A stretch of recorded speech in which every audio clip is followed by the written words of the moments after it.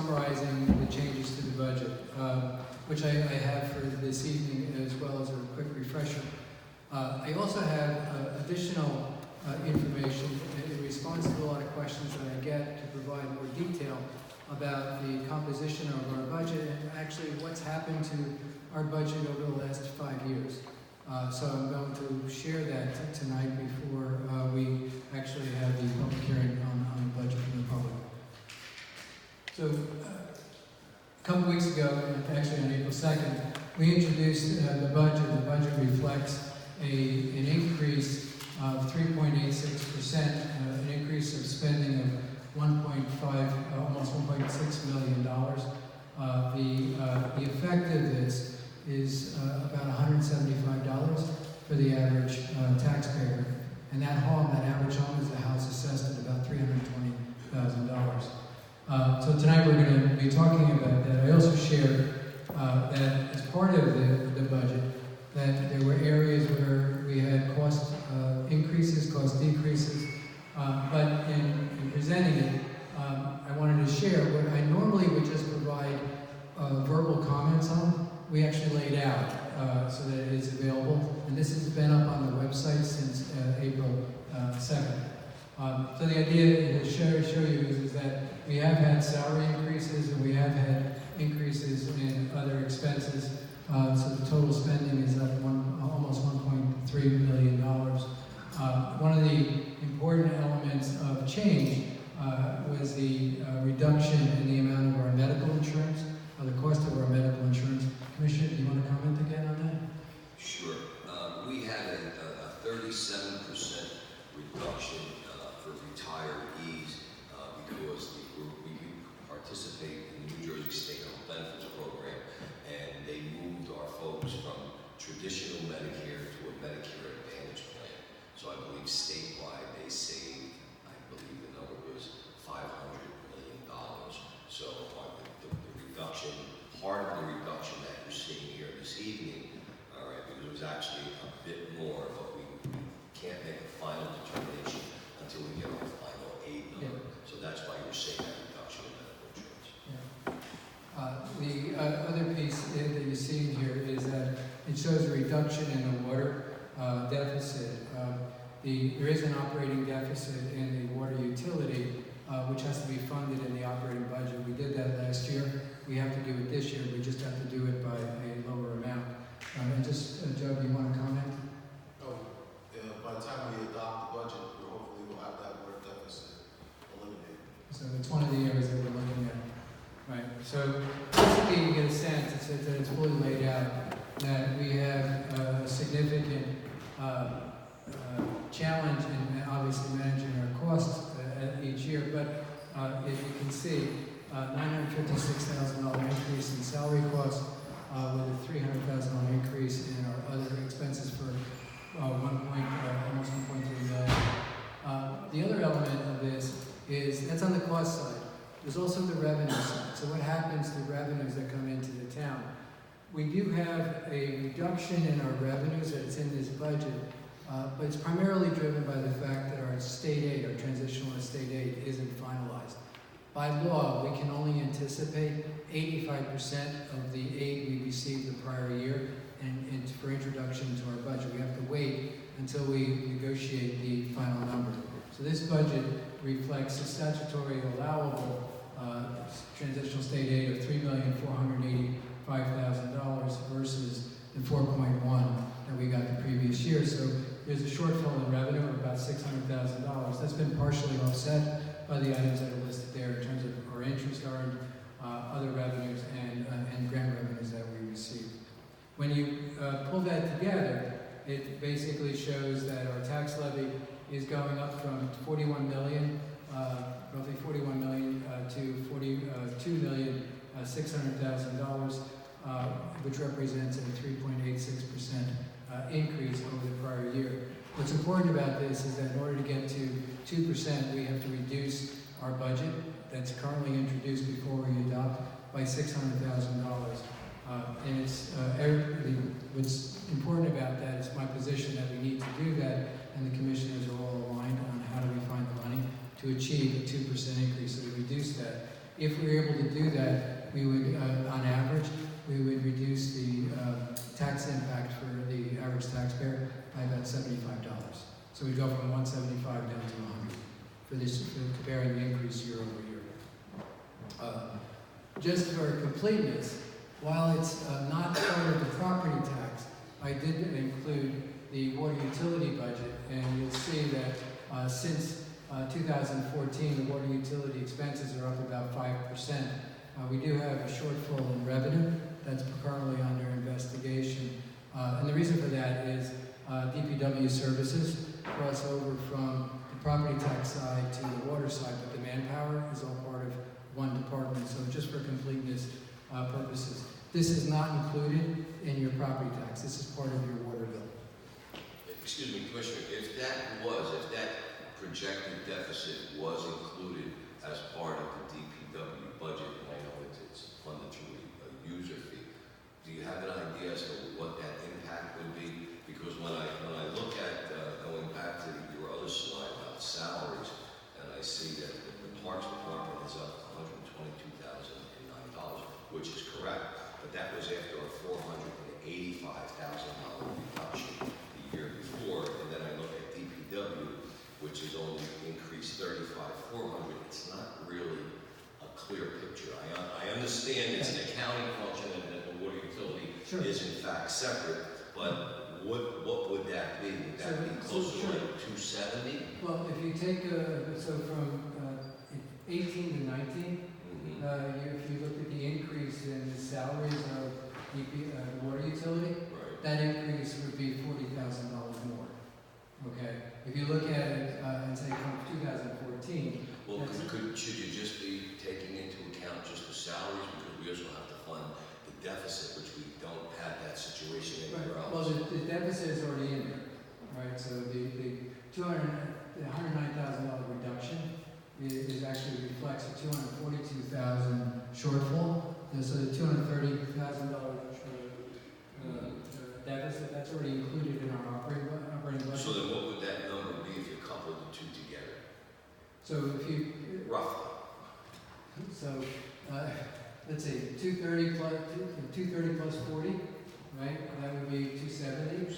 270 plus the roughly 35 in salaries, right? So you combine the operations as well as the salaries. So you got another 300 grand in total. I understand your question, but from the standpoint of how it affects the taxpayer from a property tax standpoint, it's separate. I totally understand. Reconciling it is always fun, but yes, and that's why I included it is that while I can't put them together, we can actually show a complete picture. Thank you.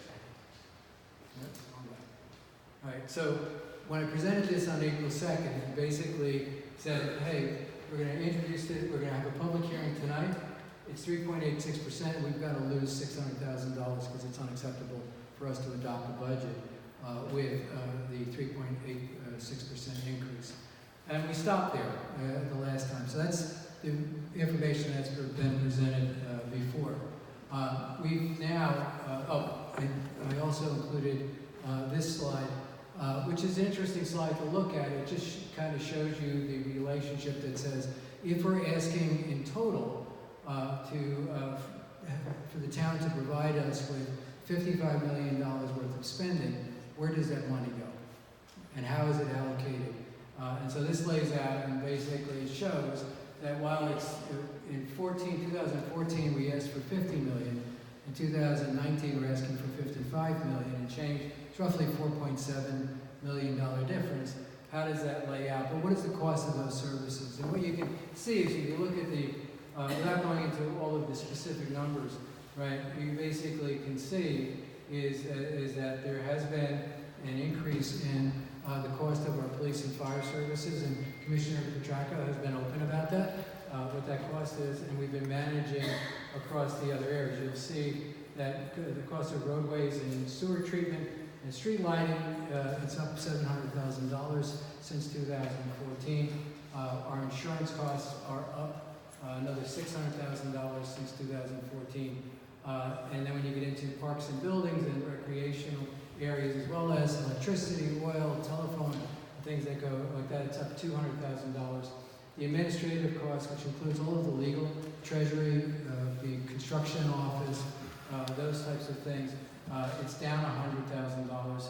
The public affairs office, including garbage collection, is down about $100,000. Debt service is flat, and the library, which we fund through the tax base, is increasing about $100,000 since 2014. So it just lays out the history. I share this simply because it's a question that I've been asked many times. How has it changed? What is it costing me? Where's the money go? How is it spent? So in one slide, we try to basically try and present that for the benefit of the taxpayers, for those that have that question. The next phase, which is tonight, right, is to spend a little bit more time helping to better understand what's happened to that average taxpayer whose house is assessed at $320,000. I'm going to go through these fairly quickly. They will be all up on the website, and any questions that anyone has, I'm happy to take those questions. But if you look, since 2014, when you look at the municipal school in the county, for that house that's assessed at roughly $320,000, their taxes since 2014 have gone up $1,228, or 11.911%. And that includes everybody. One of the things that's been presented to us is that we only talk about the municipal budget, but what about everything else? So we're trying to be more inclusive about what those costs are. So you can see that increase is comprised of a $541 increase in municipal services since 2014, $665,000 increase, just $665 increase in the school, and the county has been fairly nominal at about $23. And that's more of a formula versus saving money, because I'll show you in a second that their budget has gone up quite a bit, but our share of it has gone down. So the other thing I always am getting asked questions on is, so how do you calculate my taxes? Where does the tax rate come from? How do you do that? And it's a very simple calculation. You take the total money that we need to spend, which is $55 million, subtract the revenues that we get from our general revenues in the normal course of where we get our money from. You subtract out the additional transitional state aid benefit that we're getting, you get down to a net municipal budget that has to be raised from taxpayers of $42.6 million. So the gross is 55.2, the net is 42.6. That's simply divided by the township-wide assessed value, and that calculates a rate. That rate is then applied to the assessed value, and you get what the municipal portion of the taxes. So a taxpayer, what was paying for the municipal tax, an average house was paying $3,629 for all municipal services and the library. Right? Today they're paying $4,170 for those services.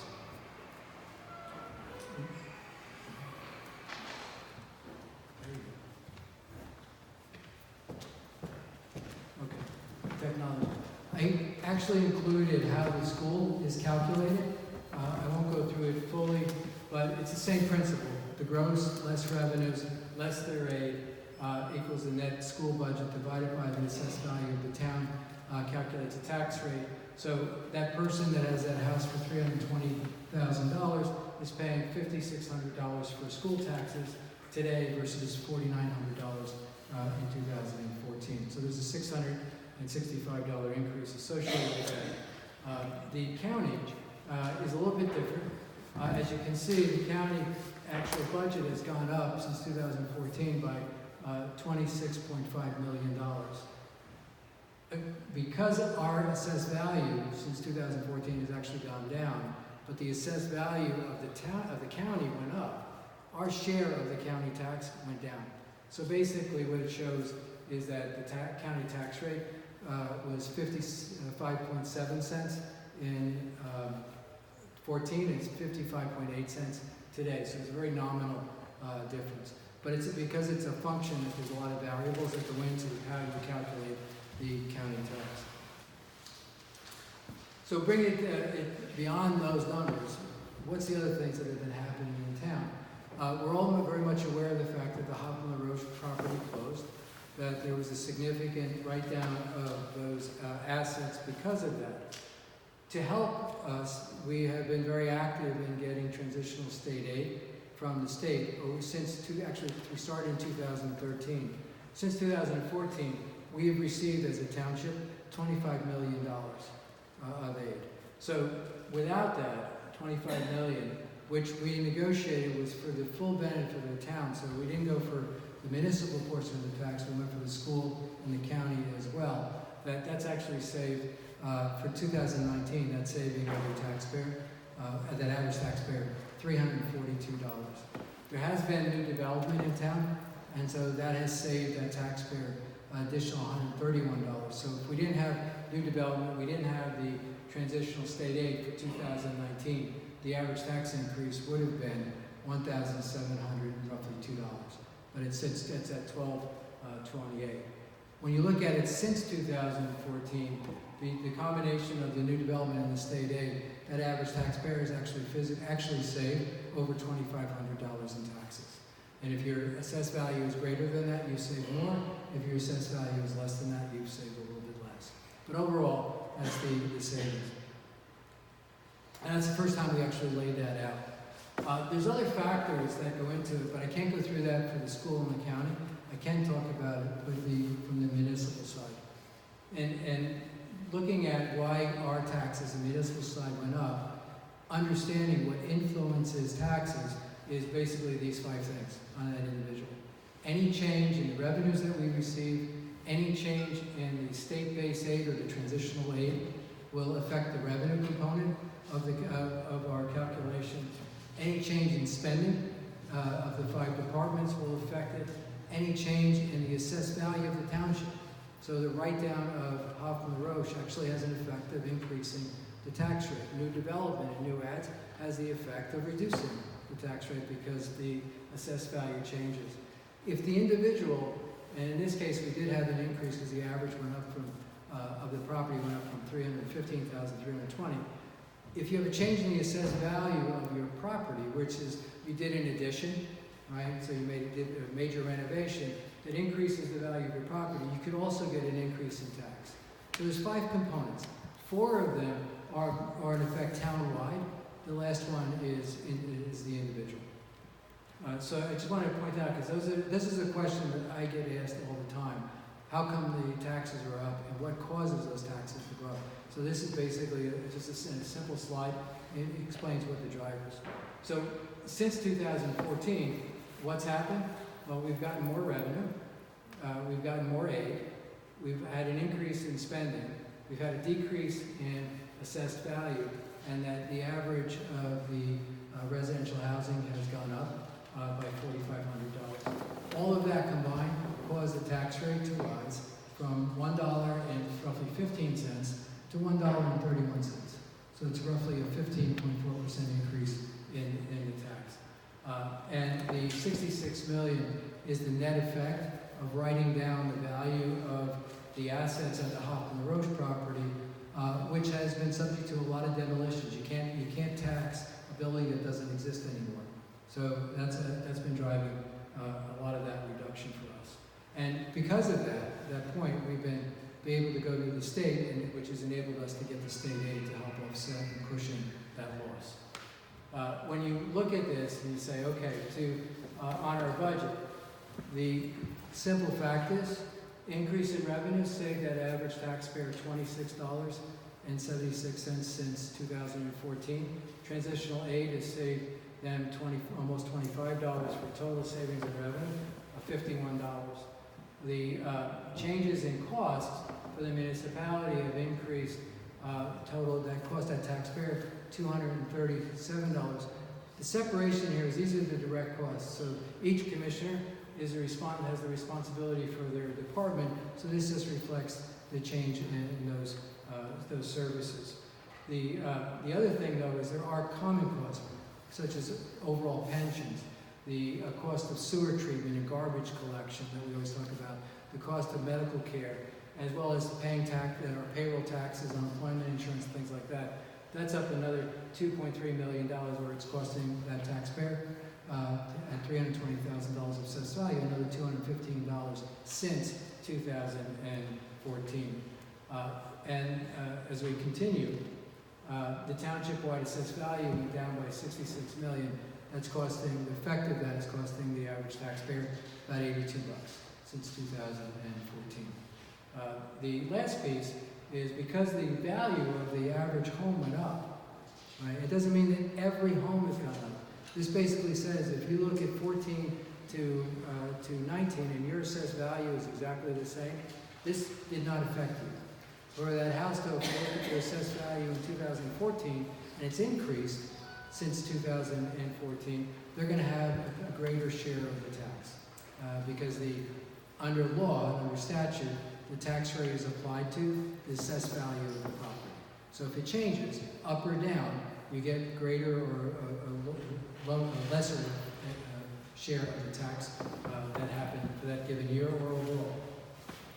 So when you put them all together, it's a very simple calculation. You say you take the cost increases, so departmental increases, common cost increases, the effect of the township assessed value minus the additional revenues, and you find that the townwide factor says that since 2014, that average taxpayer is paying $483 more. Because of the change at an individual property level, they're paying an additional $57, or in total, $540.94. So it gives you, it's been a challenge to say, how do you take all of this information, all of the detail around it, and present it at some level of summary that's understandable.